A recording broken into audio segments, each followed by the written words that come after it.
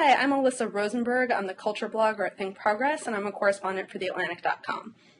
Hi, I'm Peter Suderman. I'm an associate editor at Reason Magazine. I also write pretty frequently about pop culture for the Washington Times, and am an occasional blogger at theamericanscene.com. So we're here to talk about pop culture and sort of pop culture in politics to some extent today, and so the probably the biggest news or the biggest news hook on that front in the past week or so has been the awesome Ta-Nehisi Coates op-ed about X-Men First Class on the New York Times op-ed page. And so before we actually start talking about it, I just want to sort of point out how much that movie has sort of driven political discussion, and how much that sort of how great that movie has been as a platform for talking about politics and culture. I wrote a piece for the Washington Times sort of arguing that it was a sign of our transhumanist moment, in which people are becoming more comfortable with superpowered human beings because of sort of technological advances, and whether it's from medicine or whether it's from information technology. Matt Iglesias, your colleague, has been arguing that Magneto, the film's bad guy, actually had the better sort of political case about what to do as outsiders, as a group of minority outsiders. Ta-Nehisi had this piece. You've written a bunch of stuff about it. You made that great point about how it was sort of a great satire on the slowness of the CIA. My bosses, Nick Gillespie and Matt Welch, had an op-ed in the LA Times arguing that, we're all mutants now, and that the film was sort of a parable about diversity for the times. And so, I don't know if I have anything really specific, a specific way to draw all those things together, but I just sort of wanted to stop and note this as like a great moment for culture wonks, and in fact sort of like sort of maybe argue that we are in a moment that you might call the rise of the culture wonk. Well, I think, and that the way that people have reacted, so many political pundits writing about X-Men and sort of what it means and whatnot. It's not like this happens with every blockbuster. Well, as someone whose new job is entirely premised on the idea that pop culture is a sort of important locus for our political discussions, the past week has made me very happy. And obviously, seeing Ta-Nehisi writing about the X-Men on the Times op-ed page, I think, is a great moment for nerds as an identity group and for nerd representation at the paper of record. So that made me very happy. I think one of the things that was interesting about First Class is, and I think you're absolutely right to call out the way the movie has just felt applicable to so many people. But I think that's also made some people uncomfortable. I mean, the substance of Ta-Nehisi's argument is that this is a movie that's set, in the explicit moment of the civil rights struggle. It's a story that, historically has been a proxy for conversations about all sorts of civil rights movements. And yet the movie itself is, if not colorblind, because certainly there are a couple of African-American characters, that it's a movie that doesn't sort of explicitly address race. And on my blog, an interesting discussion happened when a commenter, who I think was sort of trolling some of my other commenters, said, in contravention to what I'd written, there's nothing gay about this X-Men story. And I think that's sort of obviously not true on the face of it. The 4 X-Men movies that we have are substantially concerned with mutation as a metaphor for sexual orientation, for coming out, for anti-gay prejudice. But I think also just, there was sort of an unwillingness, to see that. And in response, Zach Stentz, one of the screenwriters who wrote First Class along with a couple of other people, jumped in and said, this is explicitly a gay story. It comes from source material that is, very directly interested in the mutation as gayness metaphor. And I think it brought up, both for Ta-Nehisi and in a totally different way for this commenter, the fact that X-Men often lets one movement kind of dress up in another movement's clothes, if that makes any sense. Does that make sense? Yeah, I think so. What would I say here? The the first two films I thought were very explicitly, explicitly is quite the word, but it's pretty clear that the first two films, there was a subtext about gay rights and about that movement. The screenwriter you mentioned, when in his note he pointed out a scene in the second film in which one of the characters sort of discovers he has mutant powers, and his mother just sort of looks at him and goes, "Well, have you ever tried not being a mutant?" And it's not not the most subtle scene in the world, but like just in case there was any question about what this is about, like it's very clear that that's what it's about. And then the third one, which Bryan Singer, who is I think more clearly interested in gay rights and gay rights issues. Bryan Singer did not direct that film. He had opted to direct Superman at the time, and so they turned over the third film to Brett Ratner. And in the third film, the metaphor was definitely toned down somewhat. It wasn't gone. I mean, Brett Ratner is not noted for his, gender noted sexual for his intellectual analysis. acumen but even in the third film, even in arguably the dumbest of the series, at least if we're leaving out the Wolverine standalone film. Even in the third film, it was treated as sort of an all-purpose metaphor for difference, which right. is arguably, I think, maybe the more true to the spirit of the series in the 1970s, where it wasn't explicitly about any particular minority group. It was just sort of about being different in whatever way that you are different.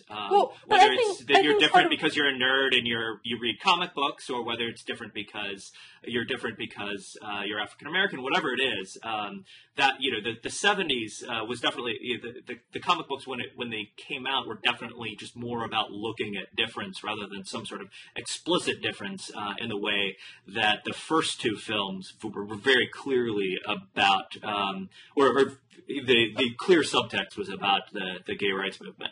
Well, and I think that, some of the power and complication of X-Men comes from the fact that it points out sort of what different minority groups and different civil rights groups have in common.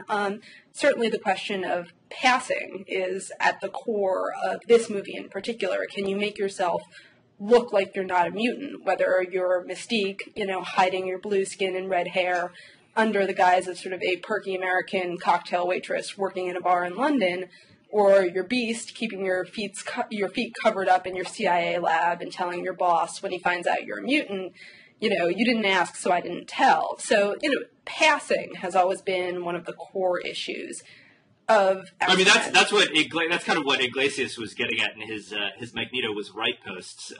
Sort of arguing that Magneto's whole point in these films, or at least in First Class as the bad guy, is that you shouldn't be afraid as a mutant to show off your mutantness. Like whatever it is that's mutant about you, that's what's awesome about you, and you should be proud of it. Right, but whereas it is a kind of interesting choice in this film to make the good guy, Professor X. His argument is that no, we need to be, we need to be very slow about the way we try to integrate. We need to work with everybody, and we need to not scare them off by showing that we're blue and can change, and blue shapeshifters or can read their minds or whatever, and that because our differences are frightening.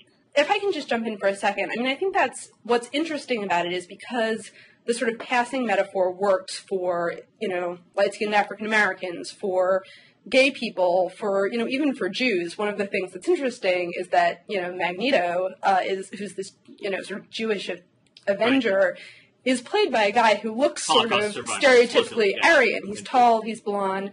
But I think that means, I think that makes X-Men both a really useful metaphor and one that people, it's useful to many different movements, but I also think that it creates this intense sense of ownership, right?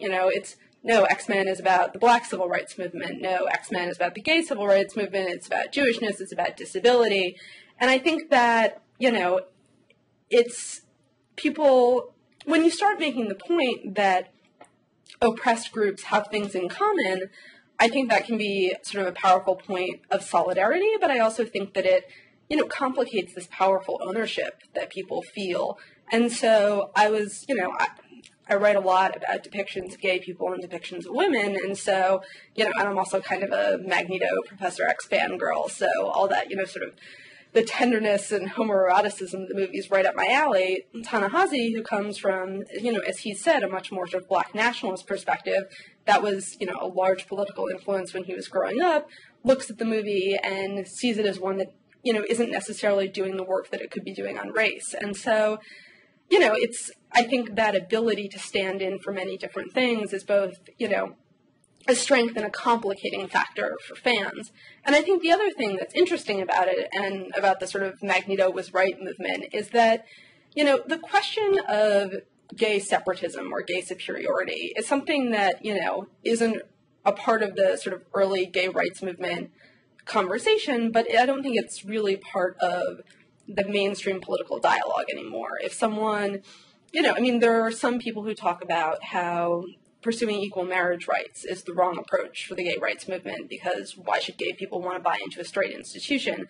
But I don't think that that's it's not really part of the conversation anymore. And so I thought the movie worked particularly as sort of a callback to an earlier part of the gay rights movement in a way that, that was effective and interesting. And even if it's sort of under the radar, Magneto may be right to a certain extent, but when it comes to the gay rights movement today, Professor X won, right? The goal is, is integration and equality, not sort of difference and separatism and maybe even superiority.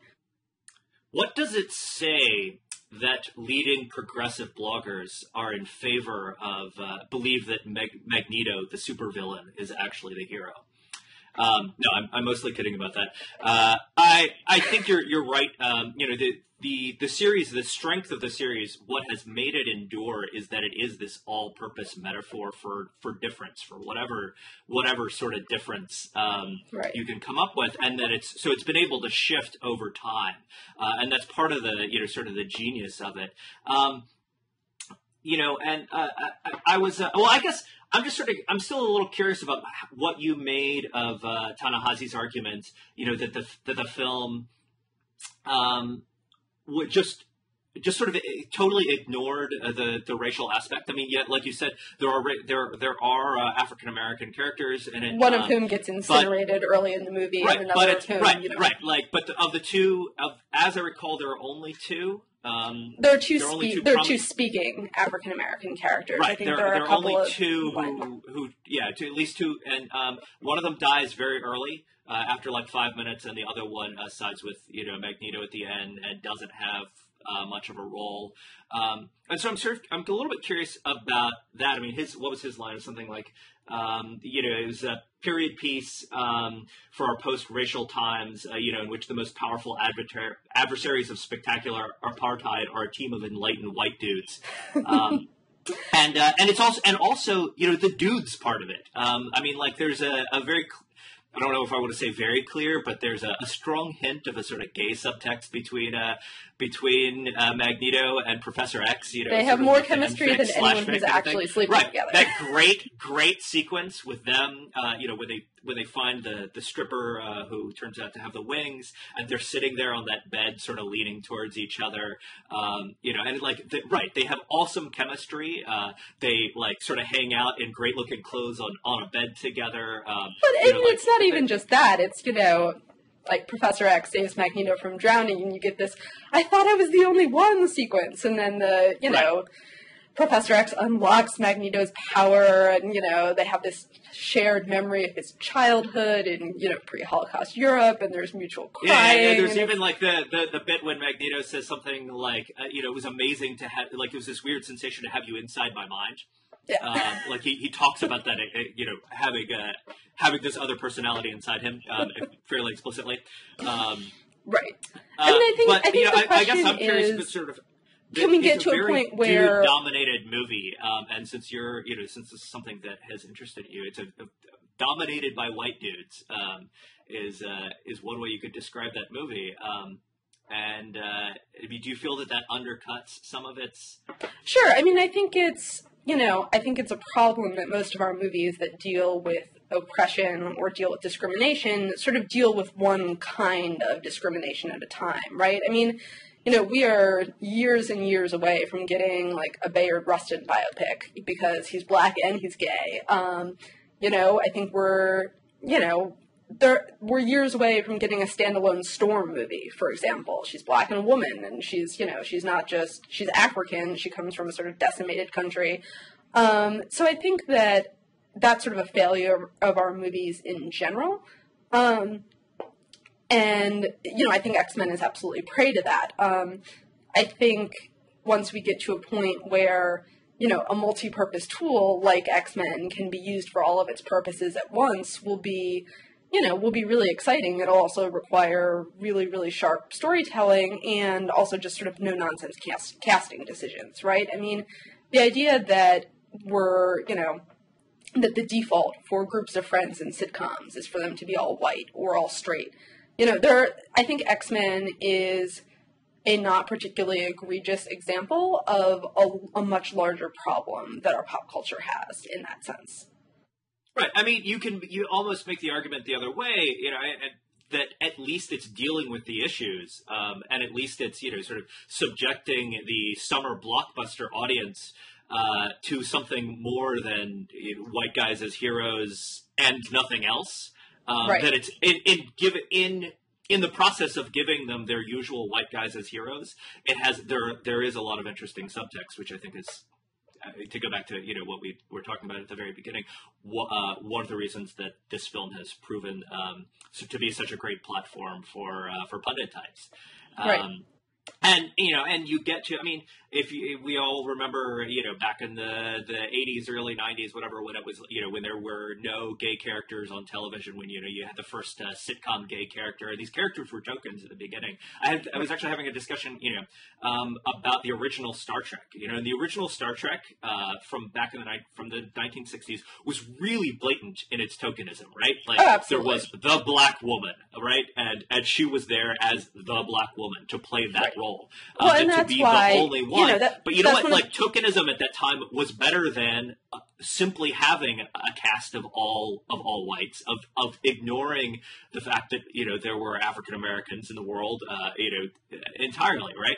And so that tokenism, as problematic as it is in a way, did serve some role, especially early on. And this is a multi-stage process, right, Peter? I mean, you have tokenism, and then you have, the one African-American character or the one woman or the one gay character who's more than a stereotype.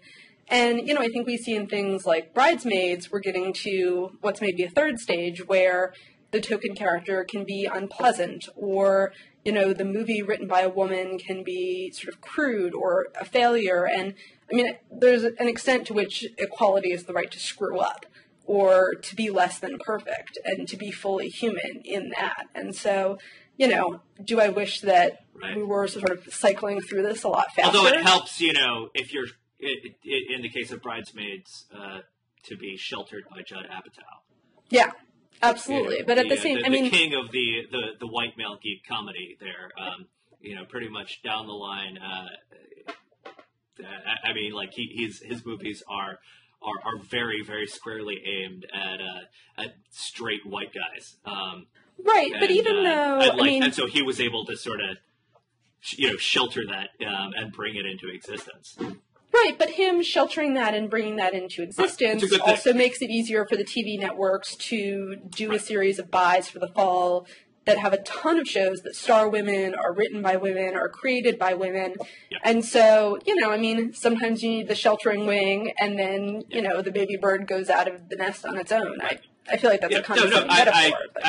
I agree. I mean, better to be sheltered than not. I mean, you look at that crazy Roseanne piece that she wrote for New York Magazine a couple of weeks ago about her early experiences in television, how incredibly difficult it was, for her to get any of her ideas, especially sort of her political, cultural ideas across in the show early on, just because there was so much resistance to the fact that she was sort of a strong-willed woman.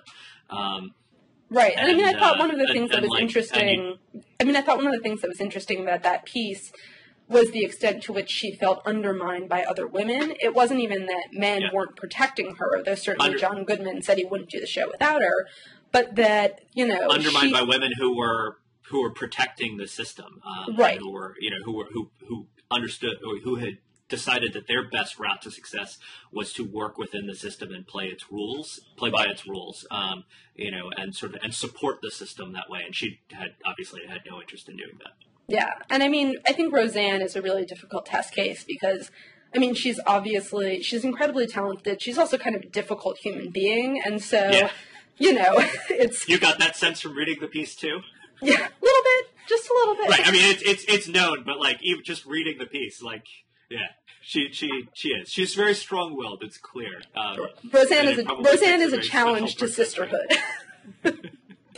And speaking of sisterhood and gender, one of the things that I've been wanting to talk to you about has been the brouhaha over Game of Thrones and sexism and whether women like fantasy. And I certainly have come out swinging on the argument that, of course, women love fantasy, and there are ways in which fantasy, is a better genre for women even than for men. But it's interesting, I felt a little bit alone. Not alone, that's the wrong way of putting it, but I felt as if arguing that the show isn't inherently sexist, even though it contains a lot of depictions of bad treatment of women, I feel like there's been a lot of discomfort about the show and sex and gender, and I felt a little bit out on a limb for defending it and saying this is all to a purpose. And I don't know. Yeah. So, I to some extent, I think the jury's still out just because the show's first season isn't over, and so It's sort of like trying to judge. I haven't read the books either, and so without knowing where this story goes, and certainly without knowing where this version of the story goes, I think it's a little bit hard to say. I do wonder. You came at this from the perspective of having read, I believe, all the books before the first episode even aired. So you know where this story is going, and that has certainly colored your view. But also, I can imagine that the same sorts of storylines and the same sorts of ideas and plot elements in the book would have come across as much more sort of purposeful and sort of seemed less gratuitous and less of like they were, because in the book in a book you're not going to have, oh, there's a pretty girl, let's get her to take her top off and reap the televised benefits of doing so. And that's like clearly part of HBO's strategy with all of these shows. To be fair, in the books there is a fair amount of people taking various items of clothing off. There's a lot of sex in the books. Right. I'm not. But those same elements in books don't play the same way, right? I mean, like, you don't find a lot of guys who are like, yeah, I'm going to pick up this novel because I hear that the heroine takes her top off, right? Like, how many guys? Like, it's not a selling element in nearly the same way that lots of guys will be like, I'm going to rent that movie because famous actress X takes her top off, right? Yeah, It's not the same erotic thing. fiction loses out to porn. HBO very clearly sells its shows. It sells very smart shows and are very consistent. And I love HBO's, what they've done with television and sort of the influence they've exerted, I should say. But they have a clear strategy of selling a lot of those shows with content that you can't get away with on other networks, and with content that is explicit and graphic and appeals to a certain group of people as a result. I'm wondering though. They advertise this, on their free HBO weekends, whatever, when they have like the cast of talking heads say, well, this is one of the reasons that I love, making movies for HBO is that you can get away with stuff that you just can't get away with anywhere else. The sex, the violence, the language, there's just so much more artistic freedom, and they'll couch it in that language. But I'm very sympathetic to that argument, to the artistic freedom, to the free speech stuff, but it's also clearly there's an element of pandering to it. I think part of the sort of cries of gratuitousness are a way of having a complaint about genre, right? I mean, I have never heard anyone say that the sex scenes in The Wire are gratuitous, even though you have one episode, I think in the third season, where you have these juxtaposed scenes of two women having sex and then of an interracial couple having sex. And they're fairly extended, they're definitely eroticized, and they're not necessarily integral to the story, right? I mean, you could imply that each of the two couples was going to bed and get on with it. But because The Wire, I think, is seen as serious and socially important, I think people are less likely to cry foul on things like that, even though they're much sexier sex scenes than anything we've seen in Game of Thrones so far. And so I wonder if there's genre privilege to a certain extent, where, you know, I mean, look, people look at stuff like Game of Thrones and think tits and dragons. You know, I mean, you may be onto something to some extent. There's probably some of that. People are going to look at a fantasy show, even when, you know, sort of as smart and engaging as Game of Thrones, they're going to look on a show like that and be more inclined to suggest that, oh, this is just gratuitous. It's just to, you know, to sort of show off. Or there's a presumption of lack of seriousness. It's right. But I mean, within The Wire, those sex scenes were for one, they were about making a social statement. I mean, it's clear that that's part of the reason why they were there, and there's just no question to me that was part of it. It's not clear at all to me. In fact, I would say it's probably not the case that there's a strong social statement embedded in the multiple sex scenes, especially the first half of the season of Game of Thrones. And it's also true that in The Wire, those sex scenes were integral, maybe not quite as much to the narrative, but to the characters. Right. And we needed to see, you know, I mean, in order to understand those characters as fully as we did, we needed to see them in bed, and we needed to see what they were doing, and we needed to have, and to me, those sex scenes worked because they were about the people and about the characters and about the milieu. Whereas there's a little bit of that in Game of Thrones, but you keep going back to the Dothraki sex scenes, the what's her name with the blonde hair, the Dany and Keldor, the Dothraki queen, yeah. The whole, I mean, like, and it's repeated over and over again, and it. And I don't have a problem with it, but I do think it's a little more fair to complain about the gratuitousness in Game of Thrones than it is in The Wire. Well, I mean, one thing I would say, and I absolutely have an advantage having read the books, and that absolutely shapes how I see the television show. All I can say, and I don't want to spoil you, is that those sex scenes, whether it's, you know, Dany essentially being forced to submit to marital rape on her wedding night, or Tyrion, you know, with a bunch of whores, or Theon with his favorite prostitute, Roz. Like, all of those are scenes that have long-term implications that they're not minor. They end up being sort of key character-shaping moments. And I think part of it is that if you look at the sex scenes in The Wire, what we have first are relationships, right? Like, we have Kima and her girlfriend, we have, the prosecutor and the sergeant. Like, we see them come together as couples, and so sex is sort of the apotheosis, or it's a culmination of relationships that we've seen develop. Right, it's in always Game of Thrones, film, it's things start with sex. And intimacy. Right, but I think, like, this is, I think just because you flip the order doesn't mean that there isn't going to be a payoff. And I think my challenge with Game of Thrones, it's made me think a lot about at what point do you decide that something's sexist? At what point do you decide that something's racist, or that sexism or racism is there to no particular end? And, I really do think that there are going to be critics who dismissed Game of Thrones at the beginning, who 7 seasons down the road, once they see what all of these things were leading up to, will maybe revisit those earlier analyses of sexism. I really believe that, but, obviously you can't tell somebody to watch through something that they find offensive or uncomfortable. And, that just sort of, that tells us in part about a larger problem with television criticism,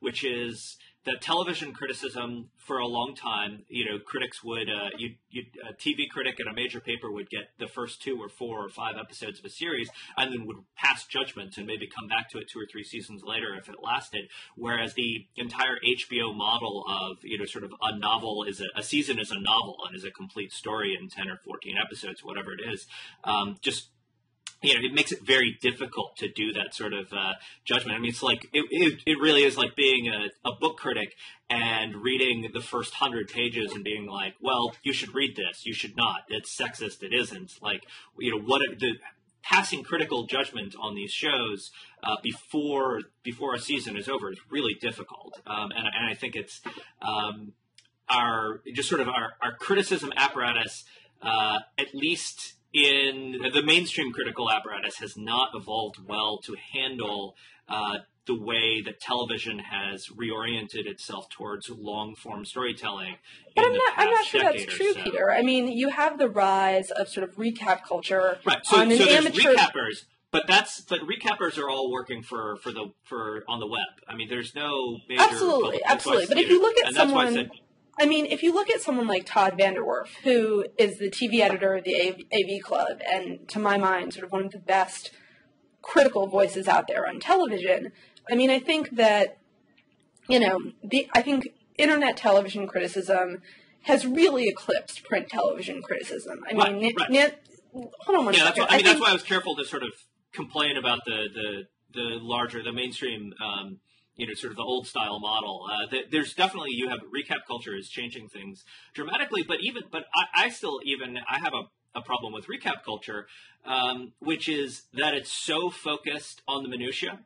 Right. And recap culture does a not very good job most of the time. There's some exceptions, but most of the time, it doesn't do a very good job of giving you the larger picture that you could, and of making the sweeping season end judgments, because you get the final episode recap, but because recap culture is about racing to get your post up first and to be the most detailed person, then it just like you just have this obsession with focusing in on little details, and we're not getting what I wish we would get, which are the considered essays after a season of television has run about how this season went, because to me the television these days it's constructed in season blocks, and because there's no point in watching just an episode. You can't skip around. You've got to watch, for most of these HBO shows, you've got to watch all 10 or 12 episodes in order to get it. Otherwise, you're totally lost. And so if you're not considering it as a season-long block and as a complete unit like that, then it really seems to me like you're sort of missing the point of the new long form storytelling medium, that television has turned into. But I think again, this is sort of an intermediate stage story, right? I mean, just as we've seen people in journalism, blogging starts out purely as commentary, and then ends up, a lot of bloggers end up including reporting in their work. Blogging ends up feeding either longer form reporting or print journalism. I mean, I think we're going to see something similar with television criticism, where recaps are effectively a really useful way to keep detailed essay by essay or episode by episode notes. And then at the end of the season, you go back, you rewatch things, you've got sort of your recaps as your resource. And then, you also have a record of what stuck out to you most strongly. So I think we'll end up getting more of a hybrid form of criticism where recaps may end up enabling the kind of thing that you'd like to see, and that, I think both of us like to write too. I don't think they're incompatible. I probably came off as too harsh about recappers and recapping. I think it's a great trend, and I'm glad to see that it has developed. Certainly, the folks who are doing that are taking advantage of the web and the medium. Really well, and like I mean, so I don't want to be too critical. I just have been frustrated by the fact that major papers are still publishing reviews of series when the first episode runs and not publishing considerations afterwards, while recappers are publishing 4,000 word essays that go over every detail of what happened last night, but are also not by and large doing those. Okay, the season's over. Did it work? Was this experiment, this production, good or bad? What did it mean? What did it say? And how did what were its strengths and weaknesses? Instead, it's so much water cooler conversation.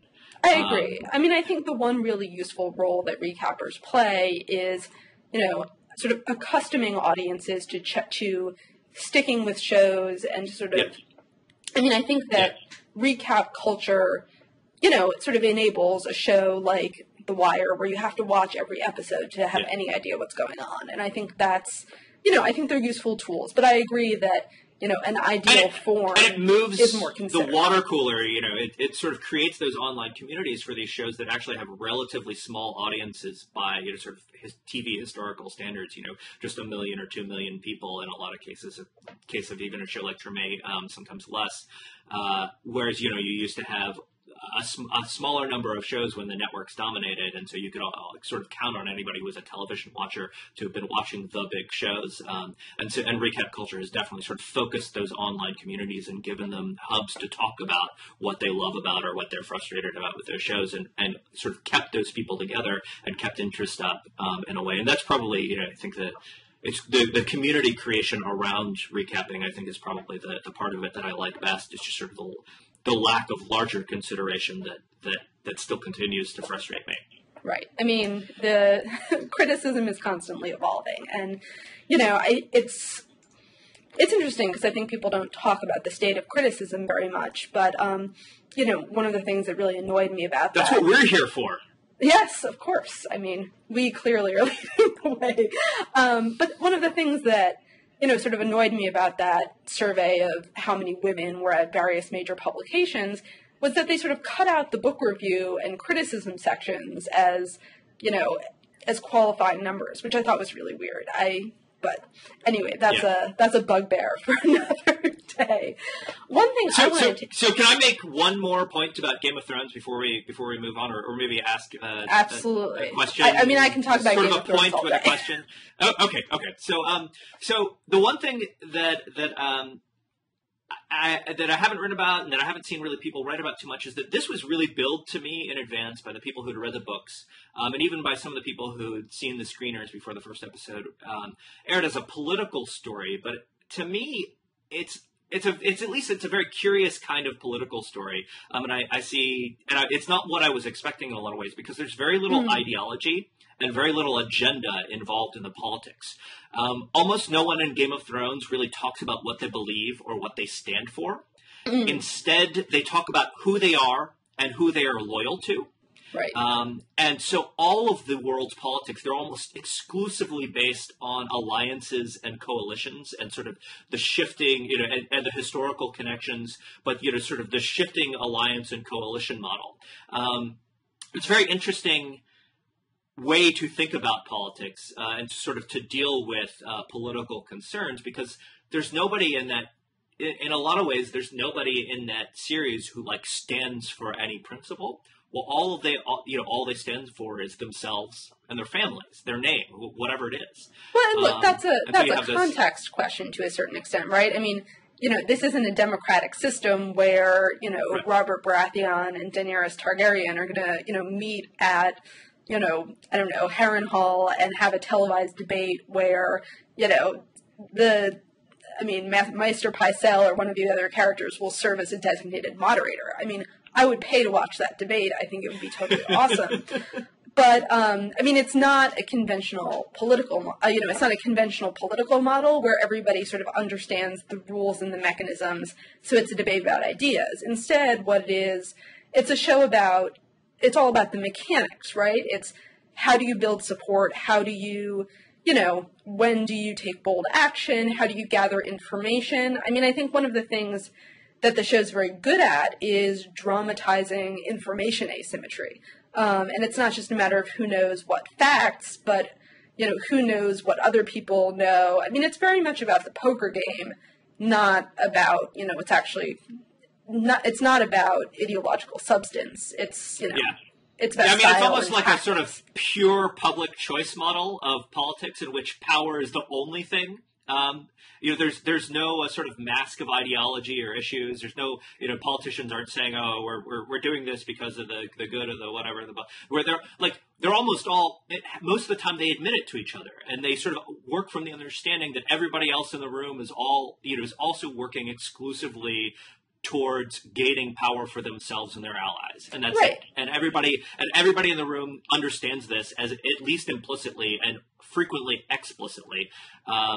rather than sort of maintaining the shell game, in which everybody sort of claims that they're working for the good of this group or that group, or the populace, whatever. There's no sort of political grandstanding. It's pure power dynamics, and it makes for. I think that's part of what makes the show so gripping, is that they just stripped away all of the ideology, all of the sort of the issues, and instead it's simply politics. In that show is simply about characters. Powerful people being out for themselves and to grab as much power and maintain it as best they can. But I also think one of the things that's interesting about the show is that, the utter lack of concern for the common people or, any sense of what's good for the realm is one of the signs that sort of everything is rotten, right? I mean, Ned shows up in King's Landing and finds out that the realm is just absolutely beggared. Like, it's essentially in control of its debtors.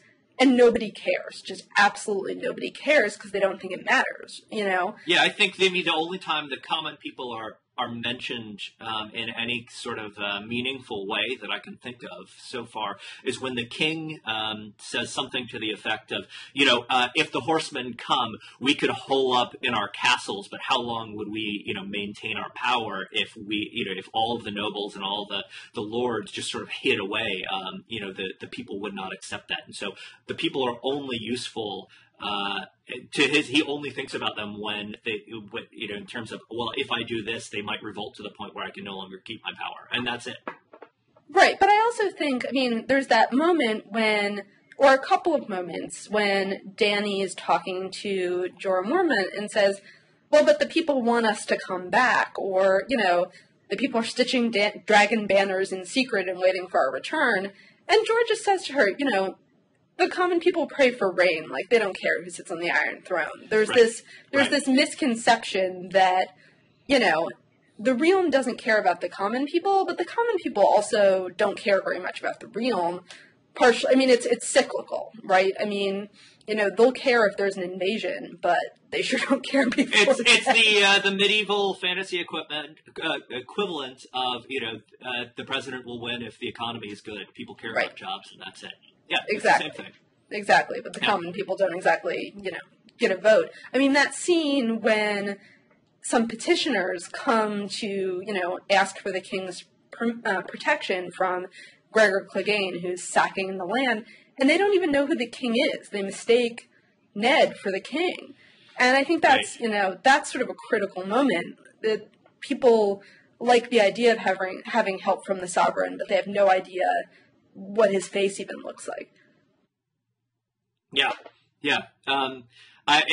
In that sense, I think perhaps pundits could learn a lot from this show, and sort of, or maybe at least a little about what common people sort of know and think and don't know about politics.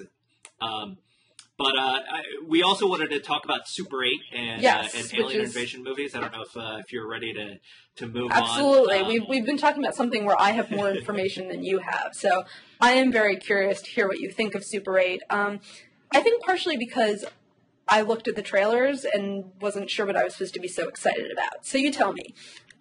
So I looked at the trailers and I was kind of excited because what it advertised was an update on the old Steven Spielberg blockbuster formula, that he perfected in the 1970s and early 80s with Jaws and Close Encounters and E.T. And it's kind of like that, but it just doesn't quite work or at least it doesn't quite work as well as I think it was supposed to, as J.J. Abrams, who wrote and directed the movie, sort of as he was intending. It really sort of plays like J.J. Abrams as a Steven Spielberg cover band, and like as with this is what I said in my reviews, as with all cover bands, there's you miss the magic of the original. Like, you sort of appreciate the tunes if they were good, but they just don't have that spark that made that made you love the song in the first place. Right.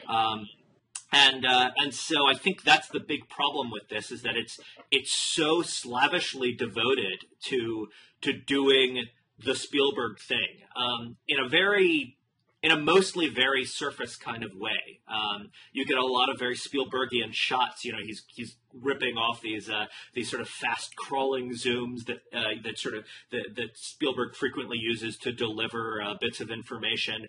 They always have some sort of minor reveal at the end of the shot. You get all these shots of magic hour kids riding around their bikes around their old middle class neighborhoods. It's so slavishly devoted to doing the Spielberg thing and doing and playing his riffs that it doesn't it just doesn't quite take off on its own, because you never really get the sense that the elements are organic. That they're integral to a story that J.J. Abrams really wanted to tell. Instead, you get the sense that what J.J. Abrams really wanted to do was the same thing that Spielberg did, whatever that was. And Spielberg, somebody, I forget who I was reading this morning, there was some other critic who made the point that in the 1980s there was like a wave of films like this that were very Spielbergy and frequently had Spielberg's blessing. He served as some sort of executive producer. You can think of The Goonies. You can think of even the third Mad Max film was a very Spielbergian film. There's a bunch of these like kids movies from the 1980s that were aimed at sort of being generic versions of E.T. And that's kind of what this felt like. Except in some ways it was better because J.J. Abrams as a stylistic mimic is more effective. On the other hand, it was he's just a stylistic mimic. And so the result felt even more shallow than a lot of those films from the 80s that were very Spielbergian, but also frequently had stories, had characters that they really wanted you to fall in love with somehow or another, and stories that they really wanted to tell, and for whatever reason, for marketing reasons presumably, or they decided to sort of coat it in a Spielbergian flavor, and this seems like just it's just a taste of Spielberg without anything else to it, or at least that's the way I felt. I think I think I'm in the minority on this one in terms of critics. A lot of them actually did kind of like the story, but and the kid actors are all quite good, but it's weird. It's a very meta, it's a very sort of referential movie, and where it sort of feels. I don't know. Actually, I get this sense from a lot of blockbusters now, is that a lot of blockbusters rely on the audience to have seen enough blockbusters and seen enough big Hollywood productions over the years that they don't really need to dramatize their conflicts anymore. Instead, they just sort of need to state them and get to the special effects. Well, I think that was sort of my concern. That's a very J.J. Abrams-y kind of thing. I mean, you had a lot of that in Lost, you had a lot of that in Alias, a lot of that in the Mission Impossible 3 and Star Trek. Anyway, sorry. That was a very long monologue. I mean, I guess Super 8. I was curious about that and sort of the role of style over substance, because I found myself getting just really, really frustrated with alien invasion movies, or just even alien movies, period, because none of them do real world building work or think about sort of what would make sense. It's, it drives me crazy that we have all of these alien invasion movies set in Los Angeles, right? I mean, if you're a strategic alien invasion, maybe you want to take out the shipyards at Long Beach, but it makes a lot more sense to decapitate the financial system in New York and the center of political power in Washington, or to take out nuclear missile silos, if it's an intentional invasion. If it's an accidental invasion, like Attack the Block, this movie that's coming out this summer about aliens who, accidentally invade a London housing project only to get smacked down by the kids who have grown up in council housing, or if it's District 9, where the aliens are marooned and you have a sort of very well thought out set of issues stemming from that, I think it makes sense. But so many of these movies are just, the aliens show up, we have no idea what they want or why they came. It's just, they're stupid, right? Like they're so entirely based on, our love of watching our own cities get destroyed. I mean, alien invasion movies have become started to feel to me like a sort of symptom of self-hatred. Like, this is a way that we can tear down a bunch of ourselves and then reassert our humanity. But they're so conceptually dumb that it drives me crazy. Right. In some ways it's very comforting. You get the sort of the most obvious reason for this is that the special effects sort of potential in blowing up a big city, it's more spectacular. Right. At least, like, it's more obviously spectacular anyway. Probably a smart director, a smart visualist could probably come up with ways to make all sorts of, less obviously spectacular things still interesting visually. But you get that from the beginning, but it's much more comforting, because, it sort of tells us that when aliens come, they'll come and announce themselves at Central Park or, the downtown LA or whatever it is.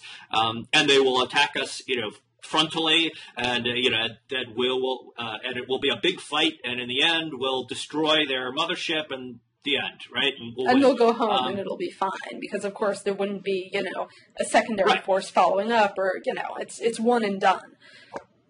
Right. I mean, and even I always wanted to see the smart sequel to Independence Day, when you have all those gigantic ships, they've all crashed. Well, surely there's still some aliens alive, right? What do you do then? Is there a mop-up operation? Are they prisoners of war? Right. I guess you just upload a virus to their Mac again. The smart alien invasion movie to make here is the one that plays probably on all of our, or on the post 9/11 fears about terrorism striking the homeland. In which the aliens come and they start taking out, small towns first, and they go for strategic infrastructure. They take out, like you say, Wall Street, things like that. They actually make smart plays to decapitate our entire sort of the networks and infrastructure that keep us alive and keep our society moving, rather than just sort of taking out the big symbolic thing, whatever it is. We keep envisioning aliens as destroyers of symbols rather than as destroyers of our actual way of life. Right. And it makes it very easy to then to defeat them in return. But I'm not sure people would want to see, and I don't know how much market potential there is for a movie about smart aliens that are really intent on destroying us in the most effective ways.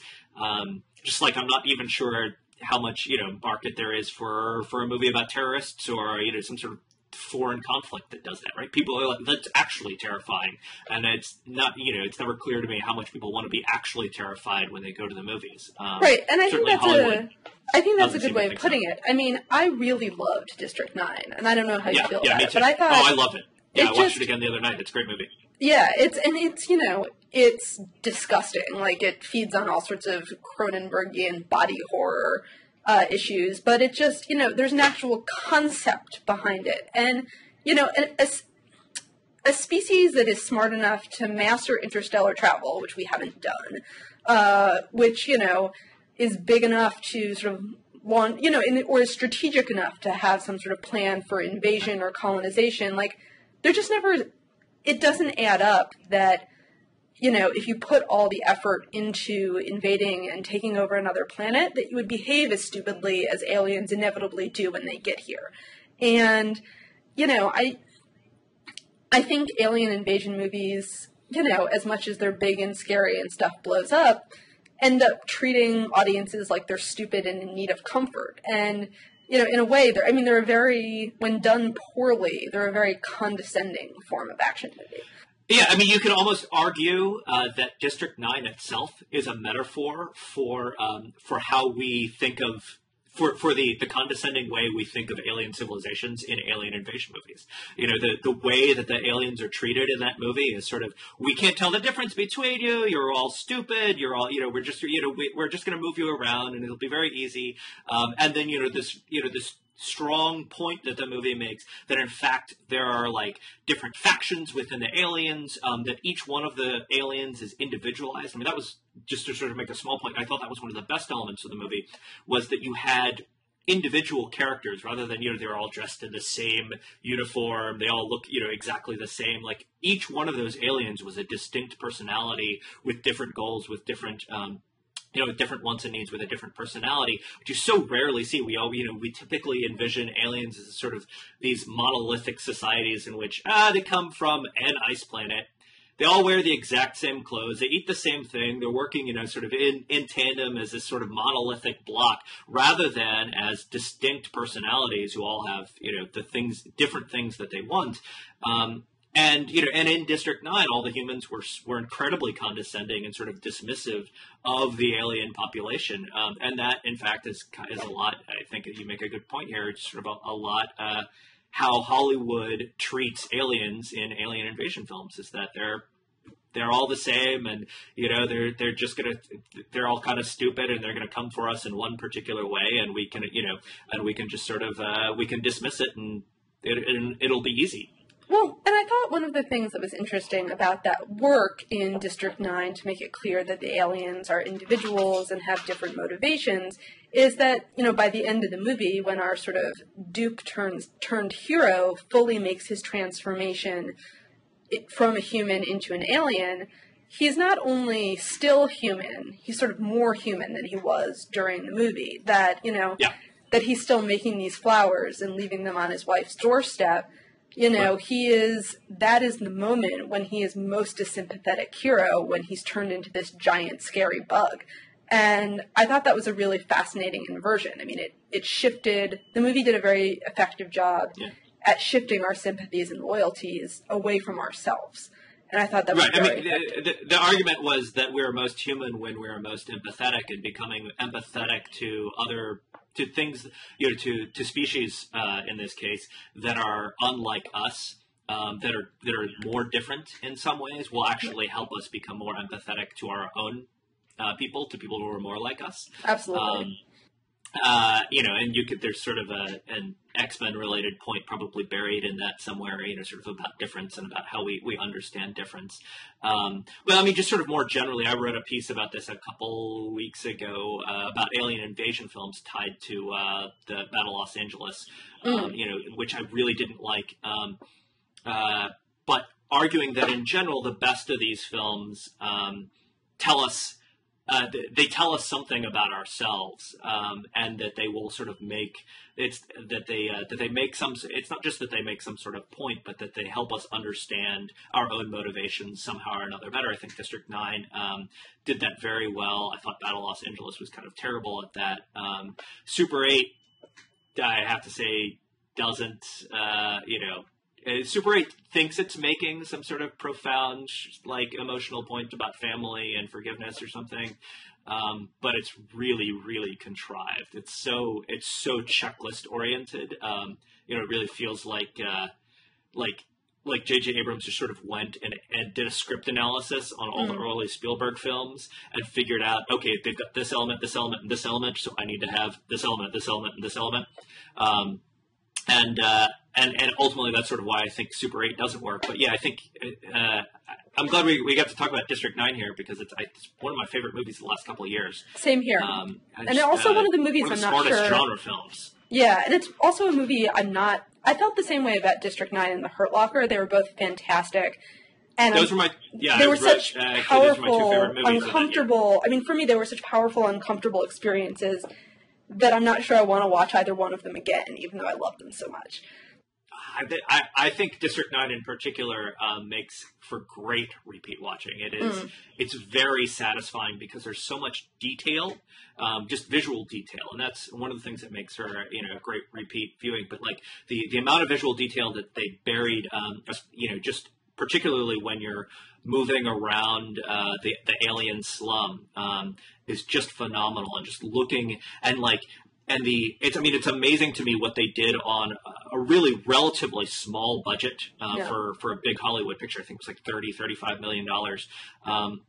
And the amount of detail in the aliens themselves, and watch the aliens, go back and watch that movie and watch their facial expressions, right? It's almost like the monster design was great. I mean, did you read the Guillermo del Toro profile in the New Yorker from a couple months back about sort of his monster designs? I didn't read it. I know I should have, but I did not read it. Well, I think the big tragedy is that, he was going to make At the Mountains Madness this, great, scary H.P. Lovecraft story, and he was going to make this, really detailed, well-constructed R-rated monster movie, and the studio backed out. He's making a compromise, and so, you know, I guess we're sort of stuck with Transformers. With an R rating. Yeah, they didn't want to spend the amount of money it was going to cost to make a movie that would end up being R-rated because it would be so violent. So I guess we're sort of stuck with another Transformers movie, and the Transformers as our great old ones, you know, descending from the sky and destroying humanity. We live in a depressing movie world. Although, you know, at least Michael Bay has promised that there will be no racist robots in Transformers 3. But there will be a Victoria's Secret model cooking Shia LaBeouf's breakfast. You win some, you lose some. Maybe you win some, you win some. I don't know. Well, I think we've gone on for about an hour here. I don't know if there was anything else you wanted to throw out, or if you wanted to quit here. But we've got about an hour. So. Well, I guess I'll have to see Super 8 this weekend and then rewatch District 9. You know, I should say about Super 8 that if you have liked J.J. Abrams' stuff in the past, and if then it's not a bad 2 hours at the movies. And it's kind of exciting in the way that J.J. Abrams' films, work is always sort of superficially exciting. He's very good at sort of keeping that crackling energy going. But it doesn't pay off in the way that you really want it to. Again, like so much of what J.J. Abrams does. He's a great conceptualist, but less so. But he never knows where to go with his concepts. It's summer when a Washingtonian's fancy turns to thoughts of air conditioning. So 2 hours in a really cold theater, no matter what's on the screen, sounds like a pretty good option. Indeed. Well, thanks for the warning, and I will look forward to circling back once I've seen it. Excellent. Look forward to talking to you again. Very nice talking to you this afternoon. Have a good one. You too.